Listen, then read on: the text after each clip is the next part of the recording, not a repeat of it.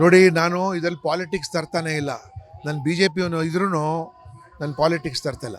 ಸಾರಿಗೆ ನೌಕರಿಗೆ ಏನು ಕೊಡಬೇಕು ಅದು ಕೊಡಿ ಅಷ್ಟೇ ಕೇಳ್ತಾ ಇದ್ದೀನಿ ಹೊರತು ಸಾರಿಗೆ ನೌಕರಿಗೆ 2020 ಯಾರು ಕೊಟ್ಟಿದ್ದಾರೆ? ಪಾಲಿಟಿಕ್ಸ್ ತರಲೇಬೇಕು ಅಂದರೆ 2023 ಇಸ್ವಿಲಿ 15% ವೇತನ ಪರಿಷ್ಕರಣೆ ಮಾಡಿದ್ರಲ್ಲ. ಸೊ ಅದರ ಬಗ್ಗೆ ನಾವು ಮಾತಾಡೋದು ಬೇಡ. ನಾವು ನೇರವಾಗಿ ಕೇಳ್ತಾ ಇರೋದು 38 ತಿಂಗಳದು ಏರಿಯರ್ಸ್ ಇದೆ, ಅದು ಕೊಡಿ. ಮತ್ತು ಸಾರಿಗೆ ಸಂಸ್ಥೆಗಳು ಪ್ರಾರಂಭ ಆದಾಗಿಂದನೂ ಪ್ರತಿ 4 ವರ್ಷಕ್ಕೆ ವೇತನ ಪರಿಷ್ಕರಣೆ ಆಗುತ್ತೆ. ನೀವು ಯಾಕೆ ಇದಕ್ಕೆ ಡಿಸ್ಟರ್ಬ್ ಮಾಡ್ತಾ ಇದ್ದೀರಿ ಅದಕ್ಕೆ? ಮತ್ತು why are you punishing workers? ನೀವು ಯಾರಿಗಾದರೂ ಬೇರೆಯವ್ರು ಇಡೀ ಕರ್ನಾಟಕ ಸರ್ಕಾರದಲ್ಲಿ ಯಾರಿಗಾದರೂ ಹೇಳಿದ್ದೀರಾ ಕೋವಿಡಲ್ಲಿ ಇತ್ಯಾದಿಗಳ ಭಾರ ನೀವು ತಲೆ ಮೇಲೆ ಹೊತ್ಕೊ ಅಂತ? ಅದ್ಯಾಕೆ ನೀವು ಸಾರಿಗೆ ಇಲಾಖೆ ನೌಕರಿಗೆ ಹೇಳ್ತಾ ಇದ್ದೀರಾ ನೀವು ಕೋವಿಡ್ ಭಾರ ನೀವು ಹೊತ್ಕೊಳ್ಳಿ ನೀವು ಇತ್ಯಾದಿಗಳ? ಬೇರೆಯವ್ರಿಗೇನು IAS IPS ಆಫೀಸರ್ಗೇನು ಸಂಬಳ ಕಮ್ಮಿ ಮಾಡಿದ್ರಾ? ವಿಧಾನಸೌಧ ಸ್ಟಾಫ್ಗೇನು ಸಂಬಳ ಕಮ್ಮಿ ಮಾಡಿದ್ರಾ ನೀವು? ಅವ್ರು ಕಮ್ಮಿ ಮಾಡಿದ್ರು. ನೀವು ಇದಕ್ಕೆ ಲಾಭ ನಷ್ಟ ನೋಡ್ಕೊಳ್ಳಿದ್ದು. ಈ ಲಾಭ ನಷ್ಟ ನೋಡದೇ ಇರೋಂಥ ಆರ್ಗನೈಸೇಷನ್ ಇದು. ನಾನು ಪ್ರಪಂಚದ ಸುಮಾರು ಪಬ್ಲಿಕ್ ಟ್ರಾನ್ಸ್ಪೋರ್ಟ್ ಸ್ಟಡಿ ಮಾಡಿದ್ದೀನಿ. ಮತ್ತು ದೈನಂದಿನವಾಗಿ ನಮಗೆ ಬಸ್ಗಳ ಸಂಖ್ಯೆ ಜಾಸ್ತಿ ಮಾಡಬೇಕು ಹೊರತು ಕಡಿಮೆ ಮಾಡಿ ಸಿಬ್ಬಂದಿಗಳು ಕಡಿಮೆ ಮಾಡೋದಂತಲ್ಲ.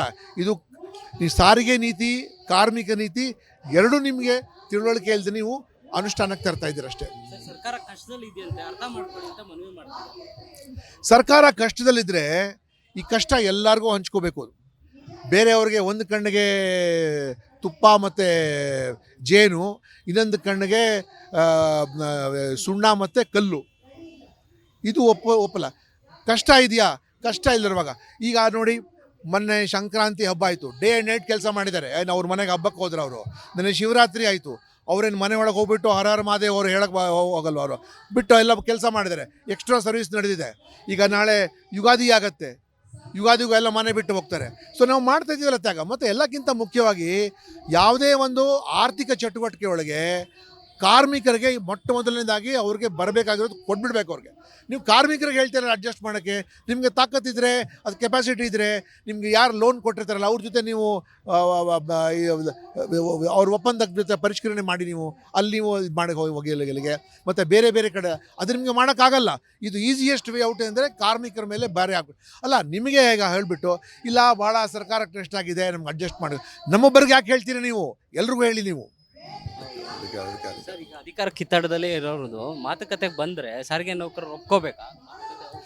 ನೋಡಿ, ಅವ್ರ ಅಧಿಕಾರದ ಕಿತ್ತಾಟ ಆದರೂ ಮಾಡಲಿ, ಯಾರೇ ಮುಖ್ಯಮಂತ್ರಿ ಆಗಲಿ, ಯಾರೇ ನಮಗೆ 38 ತಿಂಗಳದ ಅರಿಯರ್ಸ್ ಕೊಡಿ.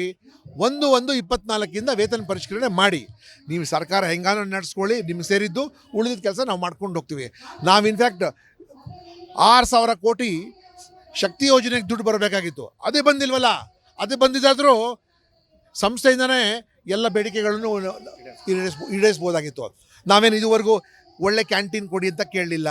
ನೀವು ನೋಡಿ ಎಂಥ ಕಂಡೀಷನಲ್ಲಿ ಕೆಲಸ ಮಾಡ್ತಾರೆ, ಎಷ್ಟು ಓವರ್ನೈಟ್ ಹಾಲ್ಟ್ ಮಾಡ್ತಾರಲ್ಲ, ಎಲ್ಲೆಲ್ಲೋ ಮಲಗಿರ್ತಾರೆ. ಅಲ್ಲಿಗೆ ಮಹಿಳಾ ಸಿಬ್ಬಂದಿಗೆ ಶೌಚಾಲಯಗಳಿಲ್ಲ, ಅಲ್ಲಿಗೆ ಕ್ವಾಲಿಟಿ ಯೂನಿಫಾರ್ಮ್ ಇಲ್ಲ ಅವ್ರಿಗೆ, ಅಲ್ಲಿಗೆ ಬಸ್ಗಳಿಗೆ ಬಿಡಿ ಭಾಗಗಳು ಎಲ್ಲೆಲ್ಲಿ ತೊಗೊಳ್ತೀರಾ, ಎಷ್ಟು ಕಡೆ ಬ್ರೇಕ್ ಡೌನ್ ಆಗ್ತಾಯಿದೆ, ಬ್ರೇಕ್ ಡೌನಿಂದ ಕ್ಯಾನ್ಸಲೇಷನ್ ಆಗ್ತಾಯಿದೆ. ಪ್ಲಸ್ ಫಾರಮ್ 4 ನೀವು ರಿವೈಸ್ ಮಾಡಿ, ಅದೆಲ್ಲ ನಾವು ಮಾತೇ ಆಡ್ತಾ ಇಲ್ಲ. ನಮಗೆ ಕೊನೆಗೆ ಕುತ್ತಿಗೆಗೆ ಬಂದಿರೋದು ನಮ್ಮ ಸಂಬಳ ಮತ್ತು ನಮ್ಮ ಎರಿಯರ್ಸ್, ಅಷ್ಟು ಇರೇಟ್ಸ್ ಕೊಡಿ ನಮ್ಗೆ, ಅಷ್ಟೇ ಸಾಕು. ಸಾರಿಗೆ ನೌಕರರು ಕೇಳ್ತಿರೋದು ಅವ್ರ ಶ್ರಮಕ್ಕೆ ತಕ್ಕಂಥ ಪ್ರತಿಫಲ ಕೇಳಿ. ಬೇರೆ ಕಡೆ ಇದಲ್ಲ, ನಮಗೆ ಹವಾನಿಯಂತ್ರಿತ ಕೊಠಡಿ ಕೊಡಿ, ನಮಗೆ ಅದಕ್ಕೆ ಟ್ರಾವೆಲಿಂಗ್ ಅಲವೆನ್ಸ್ ಕೊಡಿ, ನಮಗೆ ಬೆಣ್ಣೆ ಕೊಡಿ, ಹಾಲು ಕೊಡಿ, ತುಪ್ಪ ಕೊಡಿದಲ್ಲ, ಅದೆಲ್ಲ ಏನೂ ಕೇಳ್ತಾ ಇಲ್ಲ. ನಾವು ಕೇಳ್ತಾ ಇರೋದು ನಮ್ಮ ಎರಿಯರ್ಸ್ ಕೊಡಿ, ವೇತನ ಪರಿಷ್ಕರಣೆ ಕರೆಕ್ಟಾಗಿ ಪ್ರತಿ 4 ವರ್ಷಕ್ಕೆ ಮಾಡ್ತೀವಲ್ಲ, 4 ವರ್ಷಕ್ಕೆ ನೀವು ಮಾಡಿ. ಈಗ ಯಾಕೆ ನೀವು ಡಿಸ್ಟರ್ಬ್ ಮಾಡಿಬಿಟ್ಟು ಈಗ ಮಾಡೋಕ್ಕೆ ಬರಲ್ಲ ಅಂತ ನೀವು ತಪ್ಪು ಆದೇಶ ಹೊರಡಿಸಿದ್ದೀರಿ ನೀವು. ಅದಕ್ಕೆ ಯಾರು ಅದಕ್ಕೆ? ಮತ್ತು ಕಾರ್ಮಿಕರು ಏನಾದರೂ ಕಾರಣ ಆಗಿದ್ದಾರಾ ಸಂಸ್ಥೆಗಳಿಗೆ ನಷ್ಟ ಆಗೋಕ್ಕೆ? 24 ಗಂಟೆ ದುಡಿತಾರೆ, ಅವ್ರಿಗೇನು ಸೂಚನೆ ಕೊಡ್ತೀರ ಅದೇ. ಅವ್ರೇನು ಭ್ರಷ್ಟಾಚಾರ ಮಾಡಿ ಎಲ್ಲನೂ ಈ ಒಂದು 20 ರೂಪಾಯಿ 30 ರೂಪಾಯಿನ ಆಧಾರ ಸಿಕ್ಕಾಪಟ್ಟೆ ಪನಿಷ್ಮೆಂಟ್ ಬೇರೆ ಕೊಟ್ಬಿಡಿದೆ. ಡ್ರೈವರ್ಗಳೆಲ್ಲ ಒಂದು ಕಡೆ ಟಚ್ ಆಯಿತು ಅಂದರೆ ಸಸ್ಪೆಂಡ್ ಮಾಡಿ ಡ್ಯೂಟಿ ಇಲ್ಲದೆ ಹಾಕ್ಬಿಡ್ತೀರ. ಮತ್ತು ಸ್ವಲ್ಪ ನೀವೇ ಯೋಚನೆ ಮಾಡಿ, ಮುಂದೆ ಬರೋ ದಿನಗಳಲ್ಲಿ ಸಾರಿಗೆ ವ್ಯವಸ್ಥೆ ಇದೆಲ್ಲ ಸಾರ್ವಜನಿಕ ಸಾರಿಗೆ ಪಬ್ಲಿಕ್ ಟ್ರಾನ್ಸ್ಪೋರ್ಟ್ ಎಲ್ಲ ಕಡೆ ಜಾಸ್ತಿ ಮಾಡಿ ನೀವು ನೋಡಿದ್ರೆ ಇರೋ ಬರೋ ಸಿಬ್ಬಂದಿಗಳಿಗೆ ಪನಿಷ್ಮೆಂಟ್ ಕೊಟ್ಟು ಅವರಿಗೆ ತೊಂದರೆ ಕೊಡ್ತಾ ಹೋಗ್ತಾ ಇದ್ರೆ ನೀವು ರಾಜ್ಯ ಯಾವ ದಿಕ್ಕಿನಲ್ಲಿ ತಗೊಂಡು ಹೋಗ್ತಾ ಇದ್ದೀರಾ ನೀವು. ಮತ್ತು ಅದಲ್ಲದೆ ಕೇಂದ್ರ ಸರ್ಕಾರದಿಂದ 1335 ನಿಮಗೆ ಎಲೆಕ್ಟ್ರಿಕ್ ಬಸ್ಗಳು ಬಂದಿದೆ ನಿಮಗೆ. ಅದರಲ್ಲಿ ಕೂಡ ನಿಮ್ಗೆ ಖರ್ಚು ಇಲ್ಲ, ನಿಮಗೆ ಕಡಿಮೆ ಖರ್ಚಲ್ಲಿ ಏನೇನು ಫೆಸಿಲಿಟಿ ಇಲ್ಲ ಎಲ್ಲ. ಅಂದರೆ ಎಲ್ಲೋ ನಿಮ್ಮದು ಮ್ಯಾನೇಜ್ಮೆಂಟ್ ಸಿಸ್ಟಮೇ ಸರಿ ಇಲ್ಲ. ನಿಮ್ಮದು ಆರ್ಥಿಕವಾಗಿ ಯಾವ ರೀತಿ ಮ್ಯಾನೇಜ್ ಮಾಡಬೇಕು ಅದನ್ನೇ ನಿಮಗೆ ಹಾಳು ಮಾಡಿಕೊಟ್ಟಿದ್ದೀರಿ ನೀವು. ಮತ್ತು ಎಲ್ಲಕ್ಕಿಂತ ಮುಖ್ಯವಾಗಿ ಲಾಸ್ಟ್ ಟೈಮ್ ಹೇಳಿದಾರಲ್ಲ ವೇತನ ಇದೆಲ್ಲ ಕೊಡ್ತೀರಂತ 15% ಫೇರ್ ಹೈಕ್ ಮಾಡಿದ್ರು. ಕೊಟ್ರಾ? 1 ವರ್ಷ ಆಯ್ತಲ್ಲ 15% ಫೇರ್ ಹೈಕ್ ಮಾಡಿ.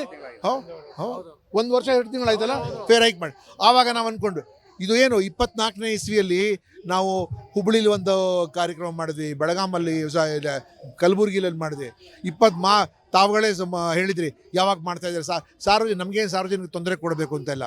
ನಮಗೋ ಮಕ್ಕಳು ಕುಟುಂಬ ಎಲ್ಲ ಇದೆಲ್ಲ ಮಾಡುವ ಇದು ಕೊನೆಗೆ ನಮಗೆ ಬೀದಿಗೆ ಎಳೆದು ಬಿಸಾಕ್ತಾ ಇದ್ದಾರೆ ನೀವು ನಿಮ್ಮ ನೀತಿಗಳಿಂದ ಅಷ್ಟೇ. ಸಂಬಳ ಕೊಡ್ರಿ ಕರೆಕ್ಟಾಗಿ.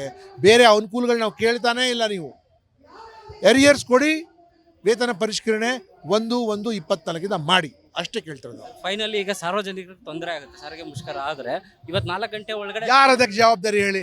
ಯಾರದಕ್ಕೆ ನಾವೇನು ದಿಢೀರ್ ಅಂತ ಮಾಡ್ತಾ ಇದ್ದೀವ ನಾವೇ ಮತ್ತೆ ಮುಷ್ಕರ ಮಾಡಬೇಕು ಅನ್ನೋದ್ರ ಬಗ್ಗೆ ನಮಗೂ ಏನು ಇಂಟ್ರೆಸ್ಟ್ ಇಲ್ಲ.